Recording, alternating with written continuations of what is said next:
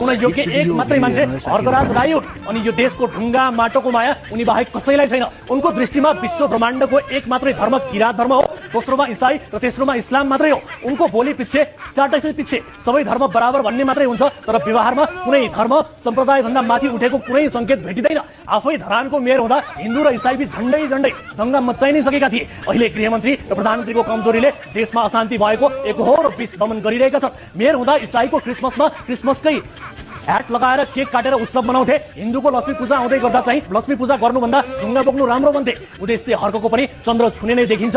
संसदमा 7 सिट भए पनि आफूलाई प्रधानमन्त्री हुने योग्यताको मान्छे भन्ने ठान्छ, तर व्यवहारमा कुनै धर्म जाति विशेषबाट माथि उठ्न सकेका छैनन्। देशको प्रधानमन्त्री हुने सपना पाल्ने मान्छेले धर्म जाति सम्प्रदाय क्षेत्रगत भावना भन्दा माथि उठेर राष्ट्रिय हुन सिक्नुपर्छ। हामीले केपी ओली प्रचण्ड पहिले शेरबहादुर देउवाको अनवरत बारम्बार कटु आलोचनाका